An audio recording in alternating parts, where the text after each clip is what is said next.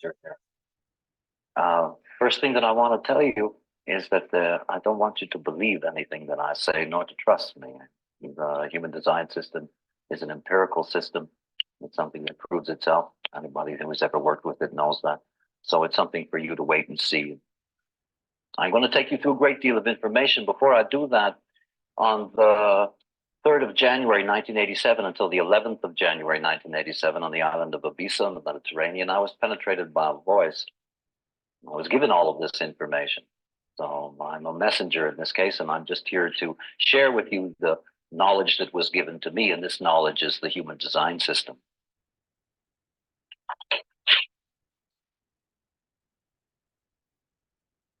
In order to take you to a point where you can understand how individual design affects each and every one of you, I've got to take you through a lot of information.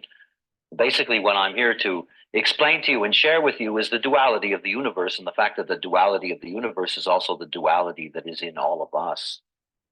According to the physicists, sometime about 15 billion years ago, there was an event that they call the Big Bang. That is, there was a moment 15 billion years ago when all the material of the universe, all the mass of the universe, all of it, stars, trees, birds, and bees, you and me, was all compressed into an object the size of my fist. At the moment that that object was ignited, an enormous amount of material spread out into the expanding universe. And this material, as it spread out into the expanding universe, was divided into two groups of things. The first side that we're going to look at is the yin side. The scientists call them quarks, and there's 6 of them. Up, down, strange, charm, beauty, and truth. Nice name scientists gave to them. The reality is that they have discovered and proven 5 of them. The 6th one they just have evidence for. We discovered within the last month that there is evidence that truth exists. The reality is that these 6 quarks, as the universe expanded outwards, the universe began to cool from the intense heat of the beginning. And as it began to cool, these 6 quarks came together in 2 groups of 3. We call these neutron and proton. And the neutron and the proton are at the center of everything that we call atomic in nature, which means what we are, and this building and our planet and everything on it and all the stars and all the galaxies. All of that material is atomic in nature. The other side that was created at the beginning, they're called leptons. They thought for a long time that this was just pure energy. And these leptons were also divided into 6 parts. The 3 electrons and the 3 different types of neutrinos. And as the universe began expanding outwards and as the universe began to cool, what happened was that this neutron and proton came together with the electron and they formed the atom. Now, everything that we can think of is atomic in nature. Everything that we can think of is atomic in nature. Everything that we think of that has mass, that has shape, that has form, everything in the entire universe is atomic in nature. There's a joke, though, and there's always a joke. The joke is that if you add up all the material of all the stars and all the galaxies and all the trees and all the birds and bees, you only end up with 10%. We end up with 10% of the mass of the universe. 10% of the material, 1/10. There's an enormous, enormous amount of material that is not atomic in nature. I'm here really to talk to you about neutrinos. My joke is that I'm a neutrino salesman, because the reality is that the neutrino is one of the most incredible things. Neutrinos are only made in stars. They're really the breath of stars. They're the byproduct of stars. There are so many neutrinos, it's hard to imagine. There's 3 trillion, that's 3 million neutrinos pass through everything, everywhere, all the time, at near the speed of light. You know, try to imagine that. You got 3 million of these particles, and they go through everything, everywhere, all the time, at near the speed of light. And what makes the neutrino absolutely extraordinary is that they discovered in the 80s that the neutrino bears an infinitesimal mass. This is very important. Not pure energy, it's information. And that information is penetrating through all of us all the time. And it is programming us, as you will see. The second part of our story is more mystical. In my experience with what I call the voice, I was told that the whole universe is a living entity.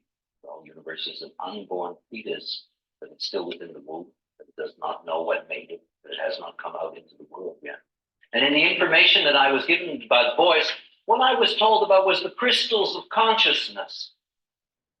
According to what the boys told me, in the beginning, when we had all the material of the universe compressed into a single object, something banged into it. That is, the beginning of the universe was a conception, a moment of conception. And inside the yang seed and inside the yin egg were two crystals. Now, I call them crystals because that's what I was told. That is, I've never seen them. But the term crystal is important because it gives you an idea about how they work. So imagine for a moment that you have these two crystals, one in the seed, one in the egg, that bang into each other. They expand out into the universe. What happens is that those crystals inside, they shatter. They shatter into so many different facets, so many different pieces. It's beyond our ability to imagine it because the crystals of consciousness are in everything. Every bird, every bee, every plant, every tree, every human being, every animal bears crystals of consciousness. These crystals of consciousness are within us. Here in the Ajna Center, what they call the third eye, here is the design crystal. This comes from the original yin. This comes from the egg. And the design crystal manifests our biogenetic vehicle. That is, the design crystal builds these bodies, directs these bodies in their development, in their growth, what you look like. Really, what you've inherited as a genetic information is all lodged within the design crystal that sits here. In the head center, in the crown head chakra, at the top of the head, is the personality crystal. This comes from the original seed. This comes from the original yang. And this personality crystal manifests who you think you are, your personality, or more likely who you think you are. And here, in the G center, in the sternum, here's the magnetic monopole. The magnetic monopole is the thing that holds us together.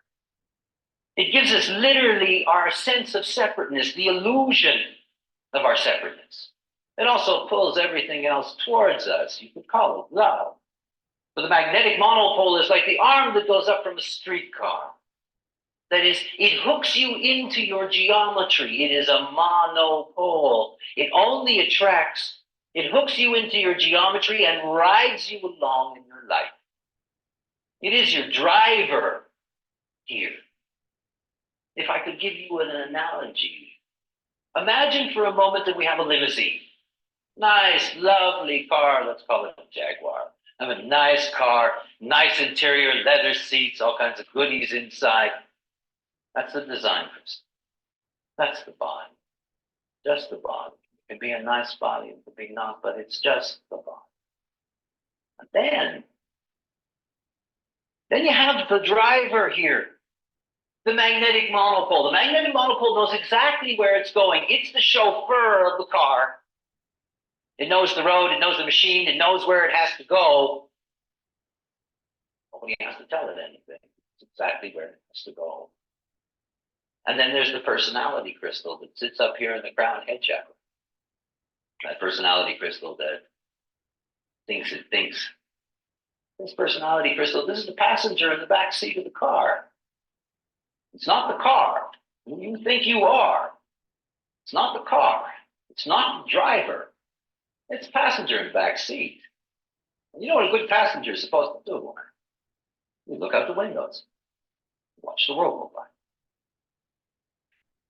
The human design system is a synthesis, like the television set. Nobody knows who invented the television set. It's just made up of all different kinds of things. Suddenly came together in a synthesis that had enormous impact on the world. The reality is that the human design system is a synthesis, and it's a synthesis of knowledge that is both ancient and modern.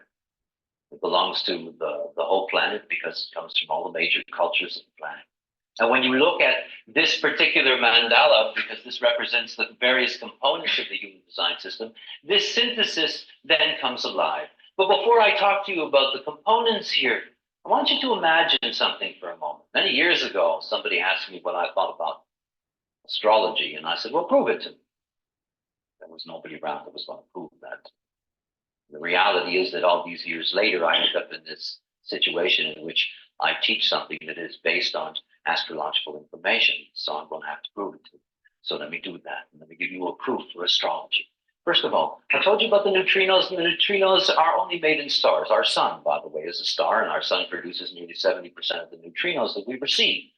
The reality is that all around this wheel, we have an enormous star field everywhere, and all that star field is doing is it's streaming information towards us, neutrino information, traveling at near the speed of light at a density that's far beyond our ability to understand. All of that information streaming through. And when it's streaming through, imagine that it's all around the outside of this circle. It has to come through here. I told you about these crystals that are inside of us. Imagine what it's like. Imagine I have two crystals in my hands. Let's call them diamonds. And they're cut differently. That is, they have different facets, different shapes to them. And I take these two crystals and I put the same, exactly the same source of light through these two crystals. Because they're cut differently, what comes out is different. That's us. That's all of us. All of us have a slightly different cut to the crystals that are within us. And as we receive the same information, and we're all receiving the same information, we translate that information uniquely. Imagine what happens when the planet Mars gets in the way. And you've got this stream of information pouring through, and the planet Mars gets in the way. I tell you, if you got a red car and you got a white car and they bang into each other, you're going to get a little white paint on the red car, and you're going to get a little red paint on the white car. That's called communication. When you have this stream of information going through Mars, it's going to have an interaction with Mars. It's going to be changed by Mars, and it's going to come through your crystals, and it's going to leave off that information. This wheel, the outside of this wheel, you can see there's all these numbers going around the outside of this wheel. There are 64 of these numbers. They're from the I Ching, the Book of Changes, ancient Chinese wisdom. Really a miracle. The Chinese, thousands and thousands of years ago, knew that the basic configuration for what it is to be human was the 64 times 6. That is, the Chinese understood that there were 64 basic themes. Those are the themes that are going around this wheel. And out of those 64 themes, there are 6 sub-themes. In 1958, when they discovered the human genetic code, lo and behold, they found the same story. That is, they found 64 codons of 6 groups of amino acids each. It's exactly the same mathematics. The human design system is a way to understand your genetics in a way that is available to everyone, because it is a logic system. You do not have to be a mystic. You do not have to be spiritual. You simply have to be able to follow the logic of things. The reality is that all of these gates going around the outside, they're oriented to the zodiacal wheel. They're oriented to the zodiacal wheel because it's through the wheel of the zodiac, the astrological wheel, that the calculations are made for the design system. And anytime that you make a calculation, if you place a planet here in the middle of Veda, in the middle of Aries, the reality is it's going to be in this 21st gate, 21st hexagram, rather than just being in Aries. In other words, this information is much more precise. There are more groups involved. There's more exact information. And this information here, this 21 has a place here inside of the body graph. One of the unusual features about the design system is that the moment that you take the calculations of the planets, not only can you find out specifically where they are in terms of this genetic matrix, I Ching matrix around the outside, but you can place that information directly into the body. And as you'll see, makes an enormous difference in the capacity to be able to understand not only our own nature, but to be able to understand our relationship with the universe itself, with other people in our lives. Basically, the human design system is about recognizing that we all are integrated with other people all the time, and to see what kind of effect they have on us, what kind of effect they have on our conditioning. Here within the body graph, there are 9 energy centers. These energy centers are based in the Hindu Brahmin chakra tradition. And between these centers are channels. These channels are from the Zohar, from the Kabbalah. And they connect these energy centers together. And you can see, for example, that here at the top, the 64, and here at the bottom, the 47, these numbers, they represent the gates, the opening of these channels. And if you had a planet in 64, which is over here, or in 47 over here, that would open up this channel. In other words, where everything is placed in the wheel gives you immediate access to be able to place that information inside of the body. This is an individual ray of calculation chart. And this individual ray of calculation chart, you can see that it has a very unusual feature because this chart is made up of two wheels and it has a body graph in the center. And these two wheels are very important. That is, this wheel over here represents a calculation that will tell you the nature of your design crystal. This wheel over here will tell you the nature of your personality crystal. That is the basic information, the database. And then this database gets integrated here into the center, into the body graph. But before I can tell you that, or tell you about that, I have to tell you the strangest thing I tell you. That is the conception sequence, how life begins, how life comes into the world. You know, one of the things that I teach and one of the things that I share with people is that the moment that you recognize that this is an empirical system is the moment that you will discover that you really do not have any choice in life. It is like that. Children come into the world when they come into the world. These crystals of consciousness, they're not always bodies. There are so many of them, many more than one can imagine, that are outside of bodies than in. And if you could really see the picture of this planet, you would see that this planet is nothing but a shimmering field of them. There are trillions and trillions and trillions of these crystals out of manifestation. The personality crystals that sit in the crown chakra, who we think we are, these personality crystals of consciousness, when they're not in manifestation, when they're not in a body, they are in the atmosphere of the earth. They're always moving around, passing through. Sometimes they come together in large bundles. And when the information, the neutrino stream passes through those bundles, people think they're talking to the Virgin Mary, or God, or Seth, or Zeus, or whatever it is that's common. UFOs, depending on the tradition. The crystals of the design that create the forms, when they're not in manifestation, they're within the mantle of the earth. And when they're in the mantle of the earth, and when they're outside of a form, embedded into the design crystal is a magnetic monopole. Remember, the magnetic monopole is a driver.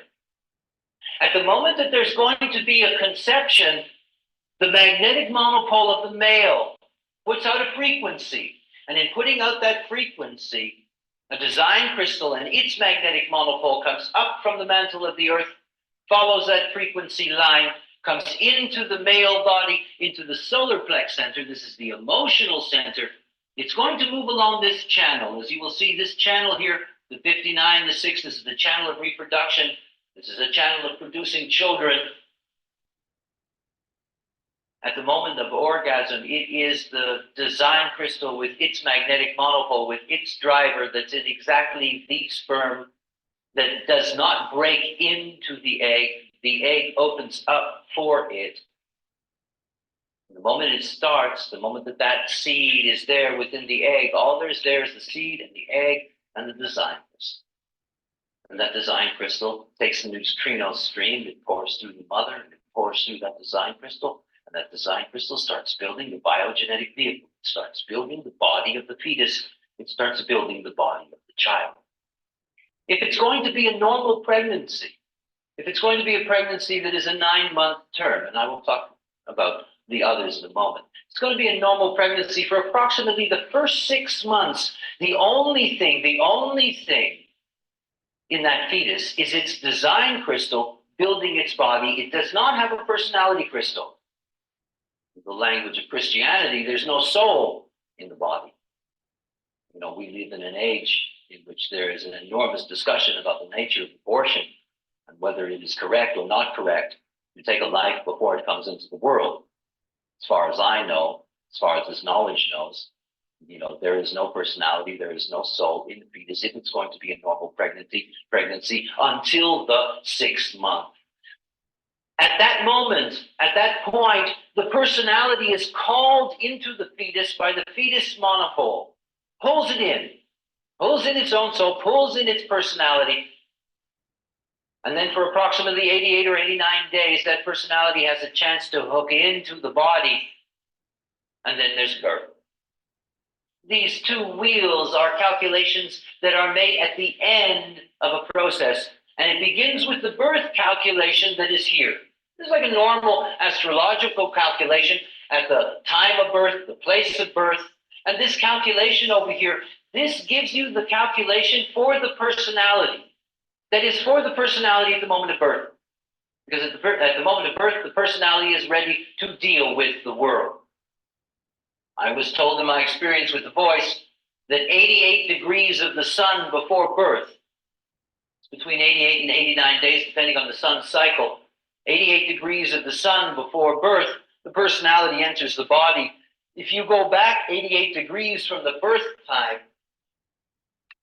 you come to the exact time and the exact point that the soul enters the body. And that's the moment when the body is ready for its personality. That's the moment that the neocortex of the brain is ready to take in the personality, to allow the personality to begin to function. So we have here two sets of calculations. A birth calculation that gives us the data of the personality, and we have a prenatal calculation that gives us our genetic information that tells you the nature of the body before the personality came in, so we know what the personality is going to live inside. Remember, the personality is passenger, and it's the passenger inside of this design vehicle. Now you can see in these wheels, I take an example here in this design wheel, the design, the prenatal is always coded red. The personality, what you have access to, is always coded black. I've trained a lot of psychiatrists and psychologists, a lot of therapists, because through this side, through the design side, what's red, you can always see the unconscious at work, because everything from this wheel operates unconsciously within us. In this calculation, once the astrological calculation is made, here's a case where, for example, the planet Uranus in Gemini, it's in a position that places it in the 35th gate. And if you move over here, you can see the 35 here, and you can see that this channel is colored in halfway. That is, that the moment that a gate is activated, one of these positions, then automatically the channel is open from that gate, but not all the way, only partially. All this information over here then gets translated along with the Earth. And the Earth is always opposite the sun. The Earth is where we get our grounding. It's where we get our stability. It's a very important access. So here on this side, you have the design information, and then you come over to this side and you have the personality calculation. Again, all this information gets translated. Here, for example, is Uranus and the node. They're in 45. Here's the 45 colored in black. So when you're looking at this chart, when you're looking at the body graph, you get to see the two sets of information. The unconscious genetic information that you inherited from your mother and father and your grandparents, going all the way back in your genetic pool. And it's also the information that operates at an unconscious level. And you can always see that unconscious because it's the red in the chart. On this side over here, the birth calculation, this is the potential of the personality. This potential of the personality, where you have access, is colored in black.